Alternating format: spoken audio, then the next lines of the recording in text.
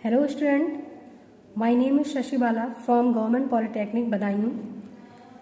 आज इस video lecture में हम the basic laws of heat transfer के बारे में जानेंगे। तो हीट ट्रांसफर में हमारे कौन कौन से बेसिक लॉ होते हैं, तो सबसे पहले आज हम उनके बारे में यहाँ पर समझेंगे। ये जितने भी हमारे basic law of heat transfer होते हैं, ये सभी हमारे हीट ट्रांसफर सब्जेक्ट में यूज़ किए जाते हैं। डिफरेंट प्रोसेस के लिए, डिफरेंट कैलकुलेशन के लिए ये सारे हमारे लॉज वहाँ पर गवर्न किए जाते हैं। तो जो भी हमारे हीट ट्रांसफर के लॉज हैं, बेसिक लॉज, उसमें जो फर्स्ट लॉ है that is law of conservation of mass. Next हमारा Newton's law of motion. Next laws of thermodynamic, जिसमें हमारे दो लॉ कंसीडर किए जाते हैं, इन विच first is first law of thermodynamic and second is second law of thermodynamic. And next law of heat transfer is Fourier law of heat conduction. And next law is Newton's law of cooling. And the final law of heat transfer is the rate equation. All these law of heat transfer are used in heat transfer subject. तो सबसे पहले देखते हैं law of conservation of मास। तो जो हमारा law of conservation of मास यानी कि ऊर्जा संरक्षण का सिद्धांत होता है ये। तो इसमें हमारा क्या होता है, अगर हम सिंपली भाषा में कहें तो जो हमारी एनर्जी होती है या फिर जो हमारा मास है, उसे जो हमारा मास कंजर्वेशन ऑफ मास का लॉ है ये हमारा मास के लिए है, जबकि जो एनर्जी कंजर्वेशन का लॉ होता है उसमें हम एनर्जी को डिफाइन करते हैं।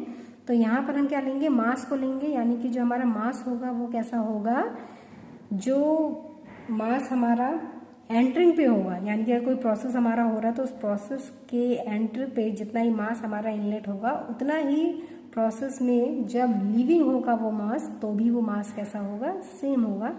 ऐसा हमारा कंजर्वेशन ऑफ मास के लॉ में बताया गया है। तो चलिए देखते हैं इसमें क्या है।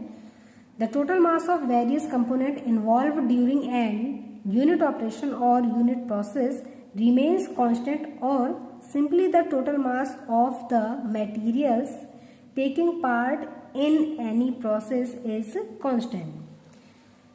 तो जो भी हमारा यूनिट ऑपरेशन है या फिर कोई भी हमारा यूनिट प्रोसेस है, तो उस प्रोसेस में जो हमारे डिफरेंट टाइप के वेरियस टाइप के कंपोनेंट्स इन्वॉल्व किए जाते हैं प्रोसेसिंग के दौरान, तो उन सभी डिफरेंट कंपोनेंट्स या फिर उन सभी वेरियस कंपोनेंट का जो टोटल मास होता है वो मास हमारा पूरे होल प्रोसेस के दौरान कैसा होगा, कांस्टेंट रहता है। और अगर हम सिंपली वर्ड्स में इसे कहें तो जो हमारा टोटल मास है किसी भी प्रोसेस में, जितने भी हमारे मटेरियल्स भाग लेते हैं, यानी कि जो मटेरियल किसी प्रोसेस में भाग लेते हैं, उन सभी मटेरियल का जो टोटल मास होगा वो क्या होता है, पूरे प्रोसेस के दौरान कांस्टेंट रहता है। तो इस तरह से हम कह सकते हैं mass is neither created nor destroyed, या फिर हम ये कह सकते हैं mass of the universe is constant, यानी कि मास को हम ना तो क्रिएट कर सकते हैं और ना ही डिस्ट्रॉय कर सकते हैं, यानी कि ना तो हम उसे उत्पन्न कर सकते हैं और ना ही उसे समाप्त कर सकते हैं। इसलिए हम ये कह सकते हैं कि जो मास है वो पूरे यूनिवर्स का कैसा रहता है, हमेशा कांस्टेंट रहता है। तो ये हमारा लॉ ऑफ कंजर्वेशन ऑफ मास में बताया जाता है। तो अगर हम heat transfer steady state condition के लिए समझते हैं, तो फॉर स्टेडी स्टेट कंडीशन के लिए हमारा क्या होगा, the rate of mass entering the control volume equals that leaving, यानी कि अगर हमारा कोई कंट्रोल वॉल्यूम है, यानी कि वॉल्यूम हमारा चेंज नहीं हो रहा है, तो कंट्रोल वॉल्यूम के समय जो भी हमारा मास पर यूनिट टाइम एंटर हो रहा होगा वही हमारा मास per unit time leaving section पर भी होगा, यानी कि दोनों, यानी कि एग्जिट और एंट्रिंग सेक्शन पर जो हमारा रेट ऑफ मास होगा वो क्या होगा, सेम होगा। नेक्स्ट हम देखते हैं Newton's law of motion. The Newton's law of motion it state that the resultant of all forces acting on a body of a mass m is proportional to the time rate of momentum change of the body in the direction of resultant force. तो according to Newton's law of motion जो हमारा ये law होता है ये हमारा momentum पर depend होता है। तो यहाँ पर क्या होता है कि मान लीजिए आपकी कोई एक बॉडी है, उसका मास क्या है, m से डिनोट किया गया है, यानी एक बॉडी है आपके पास जिसका मास क्या है, m। इस बॉडी के ऊपर एक्ट होने वाले जितने भी फोर्स होंगे, यानी कि अगर आपकी कोई एक बॉडी है तो इस पे जितने भी आपके जैसे फोर्स हैं वो एक्ट हो रहे होंगे, जैसे F1, F2, F3, F4। तो इन सभी का जो रिजल्टेंट होगा यानी कि सिग्मा F अगर मैं कह दूं, यानी कि सिग्मा F इक्वल टू क्या हो जाएगा, F1 plus F2 plus F3 plus F4। तो उन सभी का जो रिजल्टेंट होगा वो किसके प्रोपोर्शनल होगा, time rate of momentum change of the body in the direction of resultant force. तो जो भी हमारी रिजल्टेंट फोर्स इसका आएगा उस फोर्स की डायरेक्शन में उस बॉडी के द्वारा यूनिट टाइम में मोमेंटम में कितना चेंज आएगा, तो वो न्यूटन्स लॉ ऑफ मोशन में हम समझते हैं। तो इसके अकॉर्डिंग क्या हो गया, हमारा जो सभी फोर्सेस का रिजल्टेंट है, यानी कि हम उसे F अगर कह दें, F is the resultant of all forces acting on the body. तो F क्या हो गया, हमारा बॉडी पर एक्ट होने वाले सभी फोर्सेस का रिजल्टेंट है। तो F क्या हो जाएगा, हमारा प्रोपोर्शनल हो जाएगा, यानी कि टाइम रेट और मोमेंटम चेंज का टाइम रेट होता है यहाँ पर। और मोमेंटम हमारा क्या होता है, मास इनटू वेलोसिटी, यानी कि यहाँ पर जो u है वो क्या है, हमारा वेलोसिटी है, और m क्या है, बॉडी का मास है। तो इसे अगर हम सिंप्लीफाई करके लिखें तो F इक्वल टू हमारा हो जाता है k d/dt mu।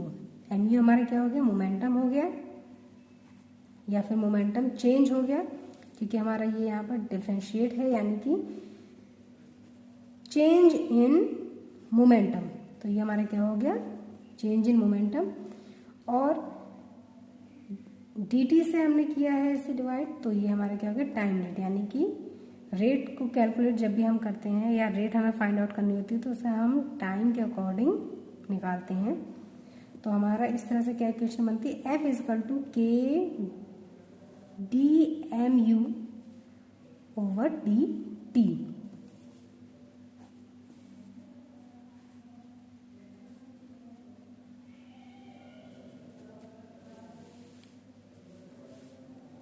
जहाँ पर m हमारा क्या था, मास था बॉडी का, और u क्या थी, हमारी वेलोसिटी थी। नेक्स्ट लॉ हम देखते हैं, लॉ ऑफ थर्मोडायनेमिक्स। तो लॉ ऑफ थर्मोडायनेमिक के अकॉर्डिंग जो हमारे थर्मोडायनेमिक के लॉज होते हैं उसमें पहला तो होता है हमारा law, zeroth law of thermodynamic, फिर first law of thermodynamic, second law of thermodynamic, और नेक्स्ट जो हमारा आता है वो थर्ड लॉ ऑफ थर्मोडायनेमिक्स। तो इसमें जो हमारे हीट ट्रांसफर में यूज़ किए जाते हैं थर्मोडायनेमिक के लॉ, उसमें हम मोस्टली फर्स्ट लॉ और सेकंड लॉ का ही यूज़ करते हैं। तो अगर फर्स्ट लॉ अगर हम देखें तो जैसा कि हम जानते हैं कि एनर्जी को ना ही क्रिएट किया जा सकता है और ना ही डिस्ट्रॉय किया जाता है, लेकिन हम एनर्जी का कंजर्वेशन एक रूप से, एक फॉर्म से दूसरी अनदर फॉर्म में कर सकते हैं। तो जो हमारा फर्स्ट लॉ ऑफ थर्मोडायनेमिक है ये हमारा बेस्ड है एनर्जी कंजर्वेशन लॉ पर। It is based on energy conservation law. तो इसके according the energy can neither be created nor destroy, but the conversion of energy from one form into another is possible. यानी कि energy को हम ना तो उत्पन्न कर सकते हैं ना ही समाप्त कर सकते हैं, लेकिन हम इसे एक फॉर्म से दूसरी फॉर्म में इसका कन्वर्जन कर सकते हैं। तो इसके अकॉर्डिंग जो हमारी, अगर मान लीजिए हमारा कोई भी सिस्टम है, मान लेते हैं हमारा एक आइसोलेटेड सिस्टम है, तो आइसोलेटेड सिस्टम में हमारा क्या होगा, जो टोटल एनर्जी होगी सिस्टम की वो कैसी होगी, कांस्टेंट रहेगी। तो यहाँ पर देखते हैं, जैसे मान लीजिए आप किसी भी सिस्टम को क्यू हीट सप्लाई कर रहे हैं, यानी क्यू एनर्जी अगर आप दे रहे हैं, तो वो जो एनर्जी होती है, अगर मैं इसे ये कहूँ Q इज इक्वल टू, अगर ये कह दूँ कि जितनी भी आप किसी भी सिस्टम को हीट सप्लाई कर रहे हैं या एनर्जी सप्लाई कर रहे हैं वो टोटल वर्क में चेंज हो जाती है, तो ऐसा नहीं है, क्योंकि ये मोस्टली किसके लिए होता है, आइडियल कंडीशंस के लिए होता है, लेकिन एक्चुअली ऐसा नहीं होता है। तो ये फर्स्ट लॉ में हमारा ये क्लियर कर देता है कि जो टोटल हीट सप्लाई की जाती है किसी भी सिस्टम को, वो किस में कन्वर्ट हो जाती है, फर्स्ट जितना भी वर्क हो रहा है, और दूसरा वर्क करने में जब हमारा वर्क किया जाता है तो सबसे पहले जो हीट होती है वो सिस्टम की इंटरनल एनर्जी को इंक्रीज करती है। यहाँ पर यू क्या है हमारा, इंटरनल एनर्जी, या फिर हम ये कह सकते हैं कि इंक्रीज इन इंटरनल एनर्जी। तो ये जो हमारा डेल्टा यहाँ पर लगा हुआ है, तो इससे क्या है, यानी कि आपकी वैल्यू क्या है, चेंजेबल है, डिफरेंशिएट वैल्यू है, तो चाहे तो ये आपका इंक्रीज में भी हो सकता है या डिक्रीज में भी, लेकिन यहाँ पर जो हमारा हीट है, तो क्यू हमारा क्या हो गया, हीट एब्जॉर्ब्ड बाय सिस्टम, और डेल्टा यू क्या हो गया हमारा, इंक्रीज इन इंटरनल एनर्जी, और जो हमारा W है वो क्या है, work done by the system. W is the work done by the system. तो टोटल जो हीट किसी भी सिस्टम के द्वारा एब्जॉर्ब की जाती है वो सबसे पहले उस सिस्टम की इंटरनल एनर्जी को इंक्रीज करती है, और उसके बाद उससे जो आपको वर्क मिलता है तो उन दोनों का सम क्या होता है, जितनी भी आपने हीट सिस्टम को दी है उसके इक्वल हो जाता है। तो यह एक तरह से हम ये कह सकते हैं कि यहाँ से अगर हम इंटरनल एनर्जी को निकालें, यानी किसी भी सिस्टम की जो इंटरनल एनर्जी है, तो जितनी भी उस सिस्टम ने हीट एब्जॉर्ब की है और जितना भी उस सिस्टम से वर्क किया गया है, तो जितना भी गेन की हीट और जितना आपको आउटपुट वर्क दिया, अगर हम उन दोनों को आपस में माइनस कर दें तो हमें ये पता चल जाएगा कि उस सिस्टम में जो सिस्टम के मॉलिक्यूल्स द्वारा जो एनर्जी एब्जॉर्ब की गई थी, जो जिन्होंने इंटरनल एनर्जी को बढ़ाने का काम किया, वो अमाउंट कितना होगा। तो फर्स्ट लॉ में हम क्या समझते हैं कि जो हीट है उसे एक, जो भी हमारी एनर्जी है उसे एक फॉर्म से दूसरे फॉर्म में कन्वर्ट किया जा सकता है, और किसी भी सिस्टम को जब भी हम हीट जितनी भी देते हैं वो टोटल हीट टोटल वर्क में कन्वर्ट ना होके क्या होती है, टोटल हीट जितनी भी दी जाती है वो सिस्टम की इंटरनल एनर्जी को बढ़ाने में, यानी कि कुछ पार्ट इस हीट का, यानी जो आपने क्यू हीट सप्लाई की, इसका कुछ पार्ट इंटरनल एनर्जी को इंक्रीज करने में और कुछ पार्ट सिस्टम द्वारा जो वर्क किया जा रहा है उसमें हमारी खर्च हो जाती है। नेक्स्ट देखते हैं सेकेंड लॉ ऑफ थर्मोडायनेमिक्स। तो सेकेंड लॉ ऑफ थर्मोडायनेमिक्स एक जनरल लॉ है हीट ट्रांसफर का। जैसा कि हम जानते हैं कि जो हीट होती है वो हमेशा high temperature to low temperature move होती है, या फिर हाई टेम्परेचर से लो टेम्परेचर को ही हीट हमारी ट्रांसफर होती है। तो इस लॉ में क्या हमारा कहता है, it state that heat will flow naturally from one reservoir to another at a lower temperature but not in opposite direction without assistance. यानी कि जो हमारी हीट है, तो हीट की नेचुरल टेंडेंसी क्या है कि वो हाई से लो की ओर जाती है, यानी कि हाई टेम्परेचर से लो टेम्परेचर की ओर हमारा हीट का ट्रांसफर होता है, जैसा कि हम हीट ट्रांसफर में पढ़ चुके हैं। तो अगर आपका कोई रिजर्वायर हाई टेम्परेचर पर है और एक रिजर्वायर आपका लो टेम्परेचर पर है, तो हीट वहां पर नेचुरली हाई टेम्परेचर रिजर्वायर से लो टेम्परेचर रिजर्वायर तक मूव होगी।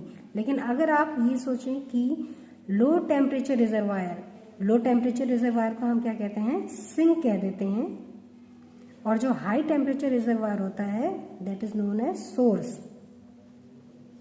तो अगर लो टेम्परेचर रिजर्वायर से हाई टेम्परेचर रिजर्वायर तक, ये इस तरह से बना दे रही हूँ, ये हमारा क्या हो गया, source that is high temperature reservoir, और ये हमारा क्या हो गया, sink that is low temperature reservoir.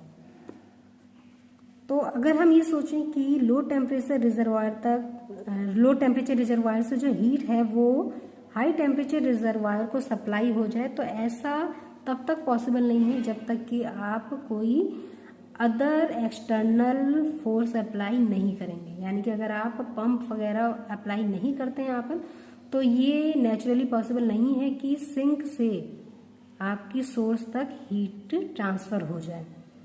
तो इसके लिए हमें कोई एक्सटर्नल असिस्टेंस को अप्लाई करना पड़ता है, जिसकी वजह से सिंक से हीट को एक्सट्रैक्ट करके सोर्स तक पहुंचाया जाता है। तो ये था हमारा second law of thermodynamic. Next जो हमारा है फॉरियर law of heat conduction. फॉरियर law of heat conduction, heat transfer में जो कंडक्शन हमारा हीट ट्रांसफर का जो फर्स्ट मोड होता है कंडक्शन, जहाँ पर हम ये समझते हैं कि जो हीट है वो हमारी हाई टेम्परेचर से लो टेम्परेचर की ओर मूव करती है। यानी कि अगर आपके कोई भी आपकी बॉडी है, उस बॉडी में जो हीट जब आपको एक पार्ट से दी जाती है, तो जो मॉलिक्यूल्स होते हैं उस सब्सटेंस के, तो वो मॉलिक्यूल्स एनर्जी को लेकर हाई एनर्जेटिक हो जाते हैं, और जो हीट का ट्रांसफर होता है वो हाई एनर्जेटिक पार्टिकल से लो एनर्जेटिक पार्टिकल होता है जब वो आपस में कांटेक्ट में हो। तो हीट कंडक्शन में हम जो सबसे ज़्यादा लॉ हमारा, जो सबसे ज़्यादा एम्पिरिकल रिलेशन यूज़ किया जाता है, that is फॉरियर law of heat conduction. इसके अकॉर्डिंग जो हमारा रेट ऑफ हीट ट्रांसफर होता है वो प्रोपोर्शनल होता है area perpendicular to the heat flow and temperature gradient, यानी कि dt ओवर dx। और जब हम प्रोपोर्शनैलिटी को हटाते हैं तो वहाँ पर हमारा जो प्रोपोर्शनैलिटी कांस्टेंट आता है, प्रोपोर्शनैलिटी का जो साइन आता है वो हमारा क्या हो जाता है, k लिया जाता है। तो जो हमारा k होगा वो यहाँ पर क्या होगा, थर्मल कंडक्टिविटी।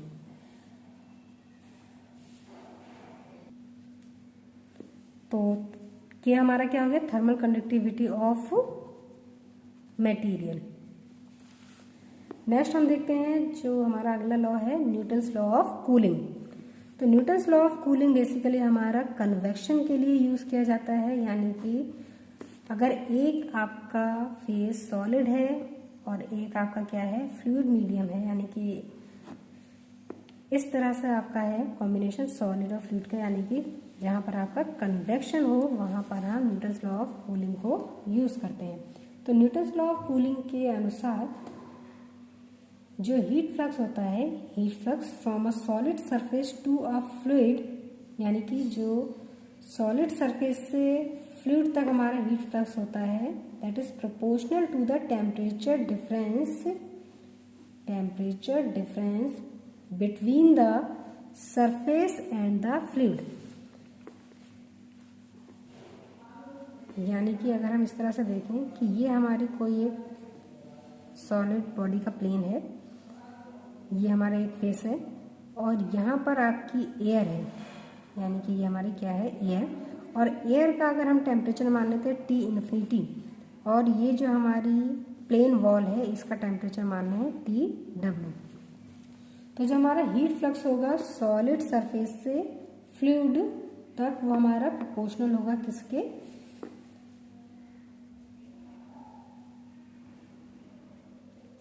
टेम्परेचर डिफरेंस, यानी कि ये हमारा क्या है, टेम्परेचर डिफरेंस डेल्टा T।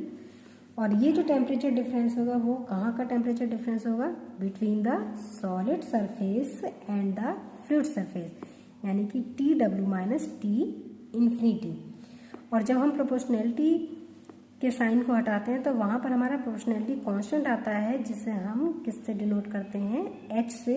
और H हमारा यहाँ पर क्या होता है, हीट ट्रांसफर कोफिशिएंट। जैसा हमारा फॉरियर लॉ में जो K होता है वो थर्मल कंडक्टिविटी ऑफ मटेरियल होता है, इसी तरह से न्यूटन्स लॉ ऑफ कूलिंग में जो H हमारा होता है वो क्या होता है, हीट ट्रांसफर कोफिशिएंट। तो जो हमारा इक्वेशन आती है वो क्या आती है, Q equal to HA TW minus T infinity, यानी कि डेल्टा T। और ये हमारा क्या हो गया, सरफेस टेम्परेचर यानी कि सॉलिड का, और ये हमारा क्या हो गया, फ्लूइड का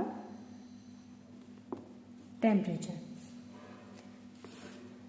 नेक्स्ट है हमारी जो final law of heat transfer है, that is rate equation. It is depending upon the mode of heat transfer being considered. तो जो रेट इक्वेशन होती है वो आपकी different mode of heat transfer पर डिपेंड करेगी, यानी कि आपका जो हीट ट्रांसफर का मोड है वो कन्वेक्शन है या कंडक्शन है या रेडिएशन है, तो उनके अकॉर्डिंग अलग अलग हमारी rate of equation find out होती है। जैसे अगर कंडक्शन की बात करें तो जो हमारी रेट इक्वेशन आ जाती है वो क्या आ जाती है, क्यू इक्वल टू माइनस के A D T over D x. और इसी तरह से जब हम कन्वेक्शन में बात करें तो रेट इक्वेशन हमारी डिफरेंट हो जाती है, Q equal to H A T W minus T infinity. इसी तरह से जब आपकी रेडियंस की टर्म आती है तो रेडिएशन की टर्म में हमारी रेट इक्वेशन और डिफरेंट हो जाती है। तो ये सारे जितने भी हमारे लॉ थे, basic law of heat transfer, तो उसमें फर्स्ट क्या था, law of conservation of mass. Next हमारा Newton's law of motion, laws of thermodynamic, first law of thermodynamic, second law of thermodynamic, Fourier law of heat conduction and Newton's law of cooling, और final क्या है, rate equation.